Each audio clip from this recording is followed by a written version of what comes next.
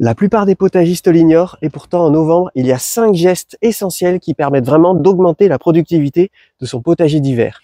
Et parmi ces 5 gestes, le 5e fait vraiment toute la différence. Donc dans cette vidéo, je vous invite à découvrir ces 5 gestes essentiels qui vont non seulement vous permettre d'augmenter la productivité, mais également de gagner du temps sur l'année prochaine et également de conserver la fertilité de votre sol pendant toute la durée de l'hiver. Et également, je vous ferai découvrir quelques autres petits gestes qui peuvent être très bénéfiques pour la biodiversité de votre potager. Allez, c'est parti.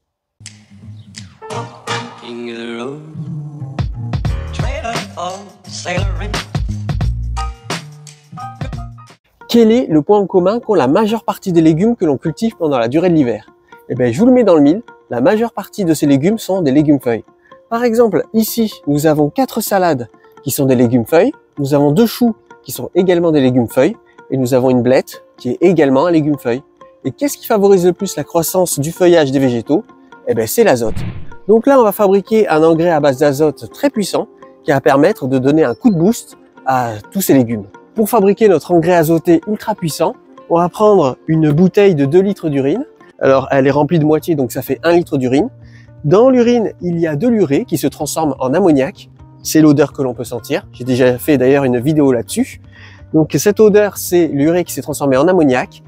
Et les micro-organismes qu'il y a dans le sol vont décomposer cet ammoniac pour le transformer en azote. Alors bien sûr, cette méthode ne fonctionne pas si votre sol est gelé. Mais tant que votre sol n'est pas gelé et tant que les micro-organismes sont encore actifs, eh bien, cet engrais fonctionne parfaitement bien. Donc ici, on va mettre 1 litre d'urine dans notre arrosoir. On va mettre de l'eau de pluie.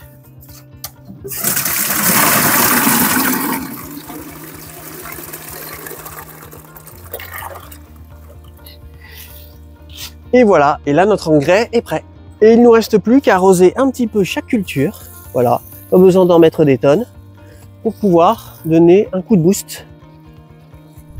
La deuxième chose à faire, hyper importante au potager pendant le mois de novembre, c'est de protéger les zones de culture où il n'y a pas de culture dessus. Par exemple, ici dans mon potager, je ne cultive rien pendant toute la durée de l'hiver sur la moitié de mon potager. Du fait que le soleil est beaucoup plus bas, il y a un phénomène d'ombre portée et la moitié de mon potager ici est à l'ombre pendant toute la durée de l'hiver. Donc on va protéger ces zones de culture pour 2 raisons. La première raison, c'est de limiter les effets du lessivage par les eaux de pluie. Avec les grosses pluies d'automne, les grosses pluies d'hiver et les grosses pluies du printemps, ça va lessiver une bonne partie du nutriment dans le sol, ce qu'on cherche à éviter. Et la deuxième raison, c'est que ça va permettre de tuer toutes les adventices, toutes les herbes indésirables qui poussent sur les zones de culture. Et ça va nous permettre de nous faciliter le travail lors de la tâche du désherbage l'année prochaine, lorsqu'on va relancer ces zones de culture. On peut couvrir ces zones de culture de plusieurs façons possibles. Soit on peut mettre une épaisse couche de paillage, soit on peut mettre une grosse couche de fumier de cheval. Et moi, ce que j'ai choisi, c'est d'utiliser de la bâche tissée. Donc plus tôt on s'y prend et moins il y aura de travail de désherbage l'année prochaine. Donc là, je vais mettre ma bâche tissée par-dessus. Pas besoin de désherber parce que la bâche va étouffer toutes les herbes et ça va permettre en plus de décomposer toutes ces mauvaises herbes dans le sol. Donc on va mettre la bâche et on va couvrir la zone de culture dans son intégralité.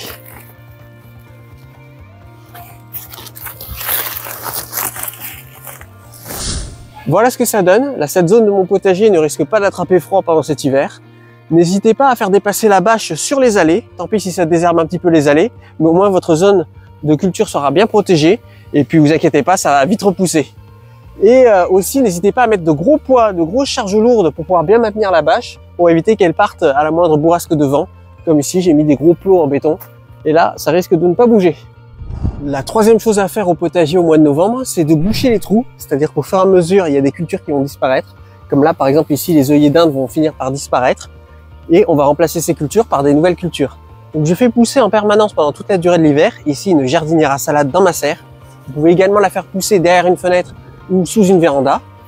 Une fois que vous avez vos petites salades, on va repérer des zones où il n'y a plus de culture, comme ici il y avait un pied de piment. Donc hop, à la place du pied de piment, on va mettre une petite salade. Alors ne faites pas comme moi, éclaircissez vos salades. Là maintenant c'est devenu un gros buisson. Je me suis laissé un peu avoir. Donc j'ai prélevé une petite salade.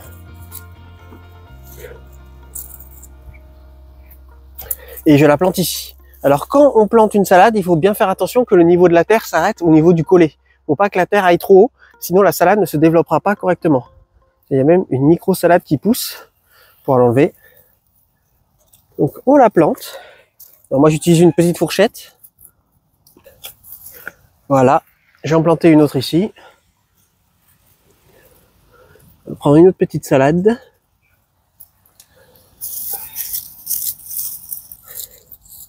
Et voilà. Pour favoriser la reprise de nos petites salades, on va couper le sommet des feuilles. Donc hop, voilà. Et pour les protéger des limaces et les faire pousser un peu plus vite, on va utiliser des cloches de forçage. Alors moi, les cloches de forçage, je les fabrique moi-même en utilisant des bouteilles de 2 litres. Je coupe le fond. Et là, comme ça me fait un petit auvent pour qu'il puisse ne pas y avoir trop d'excès de chaleur. Donc hop, on le met par-dessus. Et on les protège là-dedans. On les enfonce bien parce qu'avec le vent, ça peut s'envoler.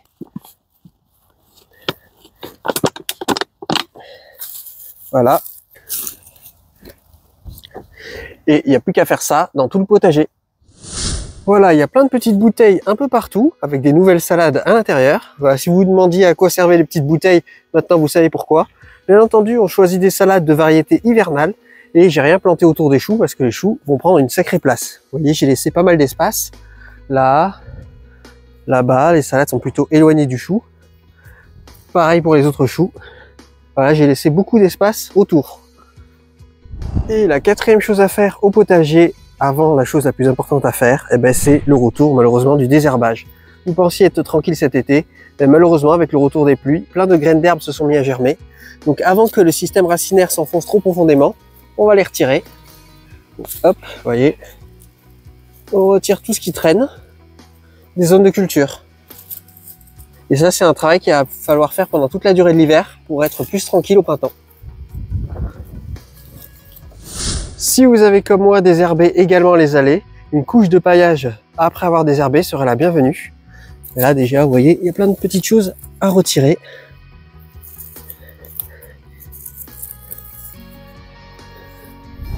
Après avoir apporté de l'engrais azoté sur ces cultures d'hiver, après avoir couvert ces zones de culture qui sont inoccupées, après avoir bouché les trous laissés par les anciennes cultures d'été qui ont terminé leur cycle, et après avoir terminé le désherbage du potager, ça fait déjà pas mal de choses en vrai. Et bien qu'est-ce qu'il nous reste à faire et que la plupart des potagistes ignorent et qui est très important de faire en novembre au potager, et bien c'est la taille. Et ça, la taille, c'est vraiment sous-estimé. Par exemple, ici, j'ai un pied de blette avec des feuilles qui sont abîmées. Bon, encore celle-là, ça va. Vous voyez, là, j'ai des feuilles qui sont très abîmées à cause, ici, on peut voir des marques laissées par les strips. Les strips, ce sont des insectes ravageurs qui aiment les sols secs. Donc ça, c'est une feuille qui nous reste de cet été. Et bien, il faut couper toutes les feuilles qui sont abîmées, toutes les feuilles qui pompent de l'énergie à la plante, dont elle n'a plus besoin. Voilà, on peut garder la carde d'ailleurs. Là, la partie feuille est trop abîmée, mais on peut garder la carde. Ça, c'est comestible, la carde de la blette. Et bien, on va tailler tout ce qui est moche en fait au potager, toutes les feuilles qui sont abîmées, toutes les feuilles qui sont en train de dépérir, parce que ça, c'est des feuilles qui puisent de l'énergie à la plante et dont la plante n'a pas besoin. Surtout que durant l'hiver, la plante a besoin de capter un maximum de lumière pour pouvoir faire de la photosynthèse et pour pouvoir pousser dans les meilleures conditions possibles. Donc c'est très important de vraiment supprimer tout ce qui est inutile à la plante pour qu'elle puisse faire des nouvelles feuilles qui lui seront très utiles pour pouvoir capter un maximum des rayons du soleil. Et c'est d'autant plus important de faire ça si jamais vous avez des poireaux au potager, comme ici. Vous voyez, le fait de couper le sommet des feuilles, ça va permettre de faire épaissir les fûts. Les fûts qui donneront de bien meilleures récoltes. Pareil pour les choux, on n'hésite pas à couper les feuilles qui sont basses et qui sont abîmées, comme ça elles ne pomperont pas d'énergie à la plante. Hop. Pareil ici pour les fraisiers, où on va retirer toutes les feuilles qui sont abîmées. Là on peut voir qu'il y a des feuilles qui ont été abîmées parce que je pense être des punaises réticulées. Donc là les punaises, ce sont des insectes piqueurs-suceurs qui ont absorbé la sève à l'intérieur de la feuille et qui ont laissé ces marques-là. Et ces marques empêchent la bonne photosynthèse de la feuille. Donc on va tout retirer, on va laisser ça comme paillage, ça va se décomposer. Et puis comme ça va permettre à favoriser la reprise de nouvelles feuilles pour les fraisiers, des feuilles qui seront bien plus performantes pour capter la lumière et faire de la photosynthèse. En fait, pour vous donner un ordre d'idée, votre principale préoccupation pour le mois de novembre, c'est de tout faire pour que la lumière puisse pénétrer un maximum votre potager et pour que toutes vos plantes puissent faire de la photosynthèse dans les meilleures conditions possibles.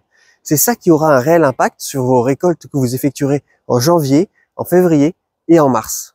Par exemple, si votre potager est enclavé entre des arbres, là, au mois de novembre, c'est le bon moment pour pouvoir tailler les arbres. Une fois que les feuilles sont tombées, c'est le signe qu'on peut commencer à les tailler pour pouvoir faire pénétrer la lumière. Comme ici, j'ai un cerisier et ici, j'ai un prunier et j'ai commencé un petit peu à les tailler pour pouvoir favoriser ici la photosynthèse pour tous les légumes qui poussent en dessous. Pareil, si vous avez des petites constructions ici et là, pour pouvoir faire pénétrer un maximum de lumière, c'est bien de les descendre un petit peu. Et c'est également pareil si jamais vous avez des haies qui bordent ici votre potager. Une fois que vous avez effectué toutes vos tailles, pourquoi pas revaloriser ces déchets verts en faisant des abris à hérissons, comme ce que j'ai fait ici. J'ai mis 3 parpaings cassés que j'ai trouvés dans le jardin, j'ai mis 2 pots à l'entrée pour pouvoir fermer l'entrée, et j'ai mis une planche en bois par-dessus. Et j'y rajoute petit à petit mes déchets verts. Vous voyez, ça fait un petit abri très cosy pour un hérisson qui chercherait un lieu à hiberner. En ce moment, on est en pleine période où les hérissons cherchent des abris pour pouvoir se cacher pendant la durée de l'hiver. Et également, pourquoi pas faire une haie sèche ici. Voilà, là j'ai fait une petite haie sèche. J'ai rajouté un petit abri à hérissons également. Et cette haie sèche, en se décomposant, ça va attirer des insectes qui servira de nourriture pour ce petit hérisson. Ou sinon, vous pouvez aussi broyer tous ces végétaux et vous en servir. Alors les végétaux qui ont poussé cette année, je vous conseille de les mettre directement sur le sol de votre potager pour pouvoir vous en servir en tant que paillage. Et le vieux bois, par contre, là je vous recommande plutôt de vous en servir pour mettre sur vos allées. Pour tout ce qui est les tâches de réenrichissement du potager, remettre de la fertilité sur les sols, comme du compost, comme du fumier de cheval, pour ça je préfère toujours m'y prendre au dernier moment. J'attends que les grosses pluies d'automne soient passées parce que sinon elles risqueraient de lessiver une bonne partie de mon travail, de lessiver une bonne partie des nutriments que j'aurais apportés.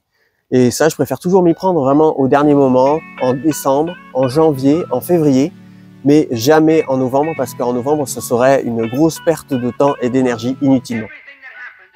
Merci énormément aux membres de la communauté qui permettent la survie de la chaîne en me soutenant financièrement, soit via le Tipeee, soit en cliquant sur le bouton rejoindre de la chaîne. J'ai fait une petite pause pour la construction de la volière. Là, j'ai attendu qu'il y ait de grosses pluies pour bien humidifier le sol, comme ça, ce sera plus facile pour creuser. Et on s'attaque à la construction de la volière dès la semaine prochaine. Et je vous dis à très bientôt.